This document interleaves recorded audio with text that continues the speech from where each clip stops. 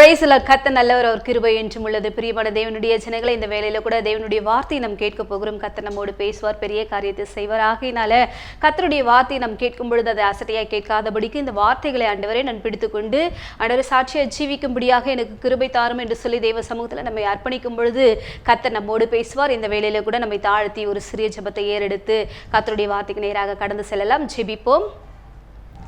ஸ்தோத்திரம் ஆண்டவரே, எங்களை அதிகமாக நேசிக்கும் நல்ல தகப்பனே, உங்கள் நன்றி செலுத்துகிறோம். அப்பா, நீ நல்லவராயிருக்கிறீர். இந்த வேளையில கூட ஆண்டவரே உம்முடைய வார்த்தைகளை நாங்கள் கேட்கும் பொழுது எங்களுடைய இருதயமும் செவியும் ஆண்டவரை விருத்த சேதனம் அடைந்து ஆண்டவரே இந்த வார்த்தைகளை கிரகிக்கத்தக்கதாக கர்த்தர் கிருபை செய்ய போவதற்காக ஸ்தோத்திரம் ஆண்டவரே. உம்முடைய தயவுள்ள கருமைகளோடு கூட இருப்பதாக இந்த வார்த்தைகளை ஆண்டவரே நாங்கள் கேட்கும் பொழுதே அப்பா ஒவ்வொருவரும் ஆண்டவரே அப்பா மனமாற்றம் அடையும், உயிர்மீட்சி அடையும், சத்தியத்திற்கு கீழ்ப்படியும் தகப்பனீர் உதவி செய்ய போவதற்காக ஸ்தோத்திரம் ஐயா. உம்முடைய தயவுள்ள கருத்துக்குள்ளாக தாழ்த்துக்கிறோம், அர்ப்பணித்து கொடுக்கிறோம். இயேசு நாமத்தில் ஜெபிக்கிறேன் ஜீவனுள்ள நல்ல பிதாவே, ஆமென். ஹல்லேலூயா. தேவனுடைய நாமம் மகிமைப்படுவதாக. கர்த்தருடைய பிள்ளைகளை, இந்த வேளையில கூட கர்த்தருடைய வார்த்தை நாம் தியானிக்க போகிறோம். வாசிக்கலாம். எரேமியாவின் புத்தகத்திலிருந்து 22ஆம் அதிகாரம் 10வது வசனம். மரித்தவனுக்காக அழ வேண்டாம், அவனுக்காக பரிதபிக்கவும் வேண்டாம், சிறைப்பட்டு போனவனுக்காகவே அழுங்கள். அவன் இனி திரும்பி வருவதும் இல்லை, தன் ஜனன பூமியை காண்பதும் இல்லை. ஹல்லேலூயா. இந்த வேத வாக்கியத்தில் நம்ம அறிந்து கொள்ளக்கூடிய ஒரு விஷயம் என்னவென்று சொன்னால், மரித்த மனுஷர்களுக்காக நம்ம அழுது கொண்டு புலம்பிக் கொண்டு தவித்து கொண்டு இராதபடிக்கு நம்ம என்ன பண்ணணுமா, சிறைப்பட்டு போன ஜனங்களுக்காக பரிதபிக்கக்கூடியவர்களாக நாம் காணப்பட வேண்டும் என்று சொல்லி இந்த வசனம் நமக்கு போதிக்கிறது. மரித்தவனுக்காக அழ வேண்டாம், அவனுக்காக பரிதபிக்கவும் வேண்டாம். அவன் செத்து போயிட்டானேன்னு சொல்லிட்டு அவனுக்காக பரிதபிக்கவும் கூடாதா. ஐயோ இறந்து போயிட்டானே, அவனுடைய ஆயுசு நாட்கள் முடிந்ததே, இனி திரும்ப வர முடியாதே அப்படின்னு சொல்லிட்டு அழுது கொண்டு துக்கித்து கொண்டும் புலம்பிக் கொண்டும் அவன் மரித்தவனுக்காக நம்ம அழாதபடிக்கு நம்ம என்ன பண்ணணுமா, நம்மை காக்கக்கூடியவர்களாக இருக்கணும். யாருக்காக அழணும்? அப்போ யாருக்காக நம்ம கண்ணீர் வடிக்கணும்? யாருக்காக நம்ம என்ன பண்ணணும், வேதனையோடு காணப்படணும்? சிறைப்பட்டு போயிருக்கிற ஜனங்களுக்காக, அவர்களுக்காக நம்ம என்ன பண்ண வேண்டுமாம், பரிதபிக்க வேண்டுமாம். அவர்களுக்காக நம்ம என்ன பண்ணணுமா, ஜெபிக்க வேண்டுமாம். சிறைப்பட்டு போன ஒவ்வொருவருக்காகவும் நாம் தேவ பாதத்துல காத்திருந்து ஜெபிக்கக்கூடியவர்களாக நாம் மாற வேண்டும். மரித்தவனுக்காக அழ வேண்டாம். ஆண்டவர் அதனாலதான் சொல்றாரு, மரித்தோர் தங்கள் மரித்தோரை அடக்கம் பண்ணட்டும். மரித்தவனுக்காக நீ அழாத.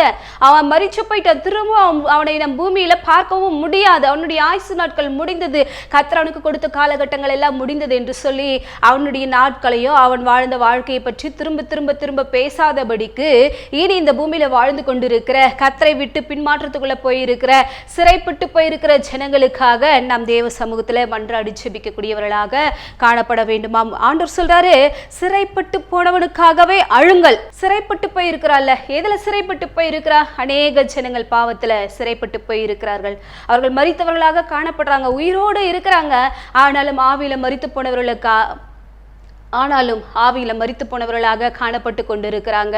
அவ பாவம் செய்து கொண்டு துன்மார்க்க ஜீவியம் ஜீவித்து கொண்டு தம் மனம் இஷ்டம் போல வாழ்ந்து கொண்டு இப்படியாக இருக்கக்கூடியவர்கள் அநேகர் ஆவிக்குரிய வாழ்க்கையில செத்த ஒரு நிலைமையில இருந்து கொண்டு அவங்க அப்படியாக சிறைப்பட்டு போயிட்டு அவங்க என்ன பண்ண முடியல, மீண்டு வர முடியாதபடிக்கு தவித்து கொண்டு இருக்கிறார்கள். பிரியமான தேவனுடைய ஜனங்களே, இந்த வேளையில கூட இந்த கர்த்தருடைய வார்த்தை கேட்கிற நீங்கள் எதுல சிறைப்பட்டு போயிருக்கிறீங்க? பாவத்துல சிறைப்பட்டு போயிருக்கிறீங்களா? விபச்சாரத்துல, வேசித்தனத்துல, போதைக்கு அடிமைப்பட்டு இப்பேற்பட்ட காரியங்களை சிறைப்பட்டு போய் கொண்டிருக்கிறீர்களா? ஆவியானவரே அப்பா என்ன இதிலிருந்து விடுதலையாக்கும் என்று சொல்லி கர்த்தருடைய சமூகத்துல நீங்கள் மன்றாடி ஜெபிக்கும் பொழுது கர்த்தர் உங்களை விடுதலையாக்க அவர் வல்லமையுள்ளவராக இருக்கிறார். கர்த்தருடைய பிள்ளைகளாய் காணப்படுகிற நீங்களும் நானும் அவர்களுக்காக நாம் ஜெபிக்க வேண்டுமாம். கர்த்தர் சிறையிருப்பை திருப்புகிற தேவன். சிறைப்பட்டு போன ஜனங்களுடைய சிறையிருப்பை தேவன் மாற்றக்கூடியவராக இருக்கிறார். நீங்களும் நானும் அவர்களுக்காக தேவ சமூகத்துல காத்திருந்து ஜெபிக்கக்கூடியவர்களாக நாம் மாற வேண்டும். வாசிப்போம். ஏசாயாவின் புஸ்தகத்துல 13வது வசனம். என் ஜனங்கள் அறிவில்லாமையினால் சிறைப்பட்டு போகிறார்கள், அவர்களில் கனமுள்ளவர்கள் பட்டினியினால் தொய்ந்து போகிறார்கள், அவர்களுடைய திரளான கூட்டத்தார் தாகத்தால் நாவறண்டு போகிறார்கள். ஹல்லேலூயா. என் ஜனங்கள் அறிவில்லாமையினால சிறைப்பட்டு போய்கொண்டிருக்கிறார்கள் என்று சொல்லி ஆண்டவர் வருத்தப்பட்டு கொண்டிருக்கிறார். யாருடைய ஜனம்? கர்த்தருடைய ஜனம், கர்த்தரை தேடக்கூடிய ஜனம், தேவனை பக்தியாக தேடக்கூடிய ஜனம். அந்த பக்தியின் மார்க்கத்தினின்று அவங்க என்ன பண்றாங்கன்னா, வழி விலகி போயிட்டு தேவனை தேடாதபடிக்கு சிறைப்பட்டு போறாங்க. எதனால அவங்களுக்கு அந்த சிறையிருப்பு உண்டானது? அவர்களுக்குள்ளாக அறிவு என்பது இல்லாம போயிடுச்சு. என் ஜனங்கள் அறிவில்லாமையினாலே சிறைப்பட்டு போயிருக்கிறாங்க. இருக்கிறாங்களா? ஒவ்வொருவரும் என்ன பண்றாங்க? சிறைப்பட்டு சிறைப்பட்டு சிறைப்பட்டு அந்த சிறையிலிருந்து வெளியே வர முடியாதபடிக்கு தவித்து கொண்டு அந்த பாவத்திலேயே விழுந்து கிடக்கக்கூடியவர்களாக இருக்கிறாங்க. அந்த பாவத்திலிருந்து என்னால் மீண்டு வரவே முடியல, போதை பழக்கத்திலிருந்து மீண்டு வரவே முடியல, குடிப்பழக்கத்திலிருந்து மீண்டு வரவே முடியல, மறைமுகமான பாவத்திலிருந்து மீண்டு வரவே முடியலன்னு சொல்லிட்டு இப்படியாக தவித்து கொண்டு இருக்கிற தேவ பிள்ளைகளே, உங்களுக்காக ஜெபிக்கக்கூடிய தேவ பிள்ளைகள் அநேகர் உண்டு. ஆண்டவரே என்னை விடுதலையாக்கும் என்று சொல்லி நீங்களும் கர்த்தரை நோக்கி நீங்க மன்றாடும் பொழுது கர்த்தர் உங்களுடைய சிறை இருப்பை அவர் திருப்ப அவர் வல்லமையுள்ளவராக இருக்கிறாரா? சிறைப்பட்டு போன ஜனங்கள் ஒவ்வொருவரும் அறியாமையினால்தான் சிறைப்பட்டு போய் இருக்கிறாங்க. இப்பேற்பட்ட அறியாமையில கிடக்கிற ஜனங்களுக்காக நாம் ஜெபிக்கக்கூடியவர்களாக மாற வேண்டும். இந்த சிறையிருப்பு மாறணும்னு சொன்னா நீ எந்த சிறையிருப்புல மாட்டிக்கொண்டு இருக்கிற, எந்த பாவத்துல மாட்டிக்கொண்டு இருக்கிற, அந்த பாவத்தை தேவ சமூகத்துல அறிக்கையிட வேண்டும். தன் பாவங்களை மறைக்கிறவன் வாழ்வடைய மாட்டான், அவைகளை அறிக்கை செய்து விட்டு விடுகிறவன் தான் இரக்கத்தை பெற்றுக்கொள்வானான். அப்போ அந்த பாவத்தை அறிக்கை செய்ய அறிக்கை செய்ய அறிக்கை செய்யத்தான் ஒரு விடுதலை உண்டாகும். அந்த பாவத்தை மறைக்காதபடிக்கு என்னை பார்க்கிற ஒரு தேவன் உண்டு, நான் பரிசுத்தமாய் வாழ வேண்டும், நான் பக்தியாய் ஜீவிக்க வேண்டும், தேவனுக்கென்று நான் சாட்சியாக இருக்க வேண்டும் என்று சொல்லி உங்களுடைய குறைகளை தேவ சமூகத்தில் அறிக்கையிட்டால் மாத்திரமே தேவன் அந்த பாவங்களை மன்னித்து உங்களுடைய சிறையிருப்பை திருப்பி உங்களுக்கு ஒரு நல்லதொரு வாழ்க்கை கற்றுக் கொடுக்க அவர் வல்லமையுள்ளவராக இருக்கிறார். ஹல்லேலூயா.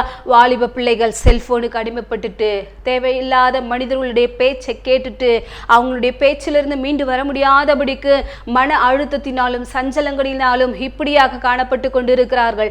ஆவியான தேவன் தாமே இந்த வேளையில் அவர் ஒவ்வொருவரையும் விடுதலையாக்க அவர் வல்லமையுள்ளவராக இருக்கிறார். இப்பேற்பட்ட பாவத்தில் யாராச்சும் விழுந்திருந்தாலும் ஆண்டவரே என்னை விடுதலையாக்கும், என் சிறையிருப்பை திருப்பும் என்று சொல்லி நீங்க தேவ சமூகத்தில் காத்திருந்து அவருடைய சகாயத்தை நாடும் பொழுது கர்த்தர் உங்களுக்கு உதவி செய்து உங்களை மீட்டுக் கொள்வது நிச்சயம். ஆகையினாலே வாசிப்போம் நாம் 2 நாளாகமத்தின் புஸ்தகத்தில் 6ஆம் அதிகாரம் 37வது வசனம். அவர்கள் சிறைப்பட்டு போன தேசத்திலே தங்களில் உணர்வடைந்து மனம் திரும்பி நாங்கள் பாவம் செய்து அக்கிரமம் பண்ணி துன்மார்க்கமாய் நடந்தோம் என்று தங்கள் சிறையிருப்பான தேசத்திலே உம்மை நோக்கி கெஞ்சி. ஹல்லேலூயா. அப்படி சிறைப்பட்டு போன ஜனங்கள் அவர்கள் சிறைப்பட்டு போன தேசத்திலே தங்களில் உணர்வடையணுமா? முதலாவதாக உணர்வடையணும். நான் பாவம் செய்திருக்கிறேன், நான் தேவனுக்கு விரோதமான காரியத்தை செய்திருக்கிறேன், நான் கர்த்தருடைய சமூகத்தை விட்டு விலகி போயிருக்கிறேன், நான் தேவனை தேடுவது இல்லை, உபவாசிப்பது இல்லை, ஜெபிப்பது இல்லை, தேவனோடு எனக்கு இருக்கிற பழக்கம் இப்பொழுது என்ன பண்ணிச்சுன்னு சொன்னா இல்லாமல் நான் என்ன பண்றேன்னு சொன்னா என் மனம் போன போக்கில் வாழ்ந்து கொண்டிருக்கிறேன் என்று சொல்லி அவர்கள் முதலாவதாக உணர்வு அடைய வேண்டுமாம். நான் கர்த்தரை விட்டு விலகினதுனால தானே எனக்கு இப்பேற்பட்ட காரியங்கள் உண்டாயிருக்கிறது என்று சொல்லி உணர்வு அடையும் பொழுது கர்த்தர் உங்களுக்கு உதவி செய்வாரா? உணர்வு அடைவது மாத்திரம் கிடையாதுங்களே, மனம் திரும்ப வேண்டுமாம். உணர்வு அடைந்து மனம் திரும்பி தான் செய்த பாவத்தை அறிக்கையிட்டு அதிலிருந்து மனம் திரும்பி வர வேண்டுமாம். அப்படி மனம் திரும்பி வந்தால் தான் தேவனுக்கு என்று நாம் கனி கொடுக்கக்கூடிய ஒரு வாழ்க்கை வாழ முடியும். மனம் திரும்புதலுக்கேற்ற ஒரு கனி நமக்குள்ளாக உண்டாக வேண்டும் என்று சொன்னால் நாம் சிறைப்பட்டு போன இடத்திலிருந்து பாவங்களை அறிக்கையிட்டு உணர்வடைந்து நம் மனம் திரும்பும் பொழுதுதான் கனி கொடுக்கக்கூடியவர்களாக நம்மால மாற முடியும். அப்படி சொல்லி என்ன பண்ணணுமா? நாங்கள் பாவம் செய்து அக்கிரமம் பண்ணி துன்மார்க்கமாய் நடந்த ஆண்டவரே, ஆமாப்பா நாங்கள் இப்பேற்பட்ட காரியத்தை நான் செய்தேன் ஆண்டவரே, நான் பொய் பேசிட்டேன் ஆண்டவரே, நான் அக்கிரமம் செஞ்சுட்டேன் ஆண்டவரே, நான் பாவம் செஞ்சுட்டேன் ஆண்டவரே அப்படின்னு சொல்லிட்டு தன்னுடைய பாவத்தை அறிக்கையிட்டு அவருடைய கிருபையை நாடும் பொழுது அவர்களை தேவன் தாமே கண்ணோக்கி பார்க்கக்கூடியவராக இருக்கிறார். அவர்கள் அப்படியாக தேவ சமூகத்தில் தங்களை அறிக்கையிடும் பொழுது தங்கள் சிறையிருப்பான தேசத்திலே உம்மை நோக்கி கெஞ்சி கெஞ்சி கெஞ்சி ஆண்டவரே எங்களுக்கு மனம் இறங்கும் அப்பா, எங்களுக்கு உதவி செய்யும் ஆண்டவரே, இந்த சிறையிருப்பிலிருந்து இந்த அடிமைத்தன வாழ்க்கையிலிருந்து நாங்கள் மீண்டு வருவதற்குரிய ஒரு கிருபைகளை தாரும் ஆண்டவரே என்று சொல்லி தேவனை நோக்கி மன்றாடி கெஞ்சி ஜெபிக்க வேண்டும். அப்படி கெஞ்சி மன்றாடி நாம் ஜெபிக்கும் பொழுதுதான் கர்த்தர் நம்முடைய கெஞ்சுதலுக்கு மனமிறங்கக்கூடியவராக இருக்கிறாரா? அவர் ஐஸ்வர்யம் உள்ள தேவன், அவர் இரக்கமுள்ள தேவன், மன உருக்கமுடைய தேவன். அவர் இந்த வேளையில கூட நீங்களும் நானும் கேட்கக்கூடிய ஒவ்வொரு ஜெபத்திற்கும் தேவன் பதிலை அளிக்கக்கூடியவர், அவர் மனம் இறங்கக்கூடியவர். நம்ம கெஞ்சணும்னு சொன்னா நிச்சயமாகவே கர்த்தர் நமக்கு இறங்கக்கூடியவராக இருக்கிறார். ஒரு சிறு பிள்ளைகள் ஒரு தாயின் இடத்திலோ தகப்பன் இடத்திலேயோ தங்களுடைய தேவையை சொல்லி மீண்டும் மீண்டும் மீண்டும் மீண்டும் கெஞ்சி கேட்கும் பொழுது அந்த தாய் தகப்பன் அவர்களுக்கு அவங்க கேட்பதை கொடுக்கக்கூடியவர்களாக இருக்கிறாங்க. அதே போலதான் தேவன் நமக்கு அவர் நல்லவராக இருக்கிறார். பொல்லாதவர்களாகிய நீங்களே உங்கள் பிள்ளைகளுக்கு நல்ல ஈவுகளை கொடுக்க அறிந்திருக்கும் பொழுது பரமபிதா அதை பார்க்கிலும் விசேஷித்தமான நன்மையான ஈவுகளை அளிப்பது நிச்சயம் அல்லவா என்று சொல்லி வேதவசனம் சொல்கிறது போல நன்மையான ஈவுகளை தேவன் தர அவர் வல்லமையுள்ளவராக இருக்கிறார். ஹல்லேலூயா. பிரிய பிரியமான தேவனுடைய ஜனங்களே, பொல்லாத ஒரு மனுஷன் அவனே தன்னுடைய பிள்ளைகள் நல்லா வாழ வேண்டும் என்று சொல்லி விரும்புகிறான் என்று சொன்னால், உங்களையும் என்னையும் படைத்த பரமபிதா இந்த பூமியிலே நாம் ஆசீர்வாதமாக இருக்கும்படியாக அவர் விரும்பக்கூடியவராக இருக்கிறார். சிறைப்பட்டு போயிருக்கிறீங்களா? அந்த சிறை இருப்பிலிருந்து நான் வெளியே வரணும் சொல்லிட்டு முதலாவதாக நீங்க விரும்புங்க. மனம் திரும்புதலுக்கு ஏற்றபடியாக நீங்க வாழ்க்கை வாழும் பொழுதுதான் அந்த சிறை இருப்பிலிருந்து வெளியே வர முடியும். இப்ப சிம்சோன் என்று சொல்லக்கூடிய ஒரு மனுஷன், அவனுக்கு அறிவில்லாமல் போனது நிமித்தமாக சிறைப்பட்டு போயிட்டாங்க.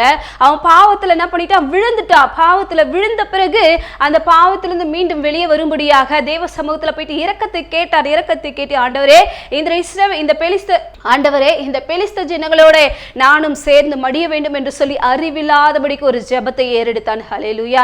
இந்த வேளையில கூட அதனால தான் அவன் மரித்து போனான். அந்த சிறையிருப்பிலிருந்து விடுதலையாக்கப்பட்டவன் திரும்ப என்ன பண்ணிட்டான்னு சொன்னா, அவன் மரிக்கக்கூடியவனாக இருந்துட்டான். இந்த வேளையில கூட அறிவில்லாமலால சங்காரப்பட்டு போன ஜனங்கள் தேவனிடத்துல ஜெபிக்கும் பொழுது ஒரு ஞானத்தோடு ஜெபிக்க வேண்டும். ஆண்டவரே, இந்த சிறையிருப்பு மாறினால் ஆண்டவரே, நான் ஆண்டவரே உமக்கென்று நான் சாட்சியாக ஜீவிப்பேன். இஸ்ரவேல் ஜனங்கள் எல்லாருமே சிறைப்பட்டு போறாங்க. சிறைப்பட்டு போயிட்ட பிறகு அவங்க என்ன பண்றாங்கன்னா, தேவனுக்கு என்று தகன பலிகளையும் சர்வாங்க பலிகளையும் கர்த்தருக்கு செலுத்தி, நாங்க இப்படியாக அடிமையாக இருந்த இடத்துல இருந்து கர்த்தர் எங்களை பாலும் தேனும் ஓடக்கூடிய தேசத்திற்கு கொண்டு வந்து எங்களை அழகாக வைத்திருக்கிறார், எங்களை சாட்சியாக வைத்திருக்கிறார், எங்களுடைய எல்லா சிறையிருப்பும் தேவன் மாற்றினார் என்று சொல்லி கர்த்தரை என்ன பண்ணார்கள்? துதித்தார்கள். இந்த வேளையில கூட உங்களுடைய பிரச்சனை மாறும் பொழுது, உங்களுடைய சிறையிருப்பு தீரும் பொழுது, உங்களுடைய கடன் மாறும் பொழுது, உங்களுடைய வியாதி மாறும் பொழுது, அதுல இருந்து நீங்க வெளியே வந்துட்ட பிறகு கர்த்தருக்கு நன்றி சொல்லக்கூடியவர்களாக காணப்பட வேண்டும். தேவனுக்கு துதி பலிகளையும் ஏறெடுக்க வேண்டும். கர்த்தர் அதுல மிகவும் பிரியமுள்ளவராக இருக்கிறார்.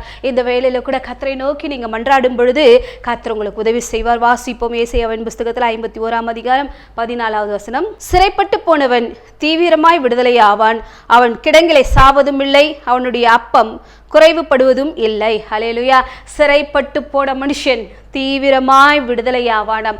கர்த்தர் அவனை தீவிரமாய் சீக்கிரமாய் விடுதலையாக்க அவர் வல்லமையுள்ளவராக இருக்கிறார். அது மாத்திரம் இல்லைங்க, அவனை விடுதலையாக்கிட்ட பிறகு அவனை அப்படியே தேவன் விட்டு விடுகிறவர் அல்ல. அவனுக்கு வேண்டிய உணவுகள், உடைகள், தங்க வேண்டிய இடம் எல்லாவற்றையுமே கொடுத்து அவனை ஆசீர்வதிக்கக்கூடியவராக கர்த்தர் இருக்கிறது. ஏன் என்று சொன்னால், சிறைப்பட்டு போயிருக்கும் பொழுது ஒரு துன்பத்தை அனுபவித்திருப்பார்கள், கஷ்டத்தை பார்த்திருப்பார்கள், தேவைகள் சந்திக்க முடியாதபடிக்கு காணப்பட்டிருப்பார்கள். கர்த்தரை நோக்கி மன்றாடும் பொழுது சிறைப்பட்டு போன மனுஷனை தேவன் தீவிரமாய் விடுதலையாக்கி அவனுக்கு அப்பமும் திராட்சரசமும் கொடுத்து அவனை ஆசீர்வதிக்கக்கூடியவராக இருக்கிறார். குறைவில்லாத ஒரு ஆசீர்வாதமான ஒரு வாழ்க்கை வாழத்தக்கதாக கர்த்தர் கிருபை அளிக்கக்கூடியவராக இருக்கிறார். இந்த வேளையில கூட நீங்க பாவத்திலிருந்து மீண்டு வரும் பொழுது கர்த்தர் உங்களை நித்திய மகிமையினாலும் கனத்தினாலும் அவர் முடிசூட்ட அவர் வல்லமையுள்ளவராக இருக்கிறார். நான் பாவம் செஞ்சுட்டேன்னு சொல்லிட்டு பாவத்திலே விழுந்து கிடக்காதீங்க. அதுல இருந்து எழுந்து மீண்டு வரும்படியாகவும் கர்த்தருக்கென்று பயன்படும்படியாகவும் உங்களுடைய வாழ்க்கையை ஒப்பு கொடுக்கும் பொழுது கர்த்தர் உங்களை எடுத்து பயன்படுத்துவார். உங்களை தேவன் அநேகருக்கு முன்பதாக சாட்சியாக நிலைநிறுத்த அவர் வல்லமையுள்ளவராக இருக்கிறார். தானியேல் என்று சொல்லக்கூடிய ஒரு மனுஷன் சிறையிருப்பான தேசத்துல பாபிலோன்ல போயிட்டு அடிமையாக்கப்பட்டான். அடிமையாக்கப்பட்ட அந்த இடத்துல தாங்க 3 வேளையும் கர்த்தரை துதிக்கக்கூடியவனாக இருந்தான், 3 வேளையும் ஜெபம் பண்ணக்கூடியவனாக இருந்தான், 3 வேளையும் தேவனை மகிமைப்படுத்தக்கூடியவனாக இருந்தான். அந்த சிறையிருப்பை எண்ணி எண்ணி எண்ணி அந்த சிறையிருப்பிலேயே கர்த்தரை அவன் தூஷிக்காதபடிக்கு அந்த சிறையிருப்பிலிருந்து பிரச்சனையிலிருந்து அந்த பிரச்சனையின் மத்தியிலிருந்து கர்த்தரை துதிக்கக்கூடியவனாக இருந்தான். இந்த வேளையில கூட உங்களுடைய பிரச்சனையை பார்க்காதீங்க, சிறையிருப்பை பார்க்காதீங்க. அந்த சிறையிருப்பிலிருந்து விடுதலையாக்கின என் தெய்வத்தை நோக்கி பார்ப்பேன் என்று சொல்லி அவரை நோக்கி நீங்க மன்றாடி ஜெபிக்கும் பொழுது உங்களுடைய வாழ்க்கையில நன்மையான காரியங்கள் நடப்பது நிச்சயமாக. நல்ல பிரியமான தேவனுடைய ஜனங்களே, இந்த வேளையில கூட கர்த்தருடைய வார்த்தையை கேட்கிற நீங்கள் சிறைப்பட்டு போனவனுக்காக, மரித்தவனுக்காக அழாதபடிக்கு சிறைப்பட்டு போனவனுக்காக அழுங்கள். சிறைப்பட்டு போன ஜனங்கள் பாவத்திலிருந்து மீண்டு வர வேண்டும், அவர்கள் தேவனுக்கு என்று பயன்பட வேண்டும் என்று சொல்லி தேவ சமூகத்தில் ஒப்புக் கொடுங்கள். இப்படியாக உங்க வீட்டில் யாராச்சும் இருந்தாலும் அவர்களுக்காக திறப்பின் வாசலில் நின்று ஜெபியுங்கள். கர்த்தர் பெரிய காரியங்களை செய்வார். தேவன் தாமே உங்களை ஆசீர்வதிப்பாராக. ஜெபிப்போம். ஸ்தோத்திரம் ஆண்டவரே, எங்களை அதிகமாக நேசிக்கும் நல்ல தகப்பனே, உமக்கு நன்றியப்பா. இந்த வேளையில கூட கேட்ட சத்தியத்தின்படியாக ஆவியான தெய்வமே உமக்கு ஸ்தோத்திரம் ஆண்டவரே. அப்பா, ஒவ்வொருடைய வாழ்க்கையிலும் ஆண்டவரே காணப்படுகிற சிறையிருப்பு மாறும்படியாய் ஜெபிக்கிறேன் ஆண்டவரே. சிறைப்பட்டு போனவனுக்காக அழுங்கள் என்று சொன்னது போல எத்தனையோ பேர் சிறைப்பட்டு போயிருக்கிறாங்க ஆண்டவரே. அவர்களுக்காக அழுது மன்றாடி அவர்களை ஆண்டவரே பாவத்திலிருந்து வெளியே கொண்டு வரக்கூடிய ஒரு கிருபைகளை கர்த்தர் நீ தந்துள்ள போறதற்காய் ஸ்தோத்திரம் ஆண்டவரே. அப்ப அந்த சிறையிருப்பிலிருந்து அவர்களை விடுதலையாக்க கர்த்தர் நீர் கிருபை அளிக்க போறதற்காய் நன்றி ஆண்டவரே. உம்முடைய தெய்வீக கரம் ஆண்டவரே கூட இருப்பதாக சகலத்தையும் கர்த்தர் ஆண்டவரே நன்மைக்கு எதுவாக நடத்தி தாரும், ஆசீர்வதியும் பொறுப்படுத்திக் கொள்ளும். இயேசு கிறிஸ்து நாமத்தில் ஜெபிக்கிறேன் ஜீவனுள்ள நல்ல தகப்பனே, ஆமென்.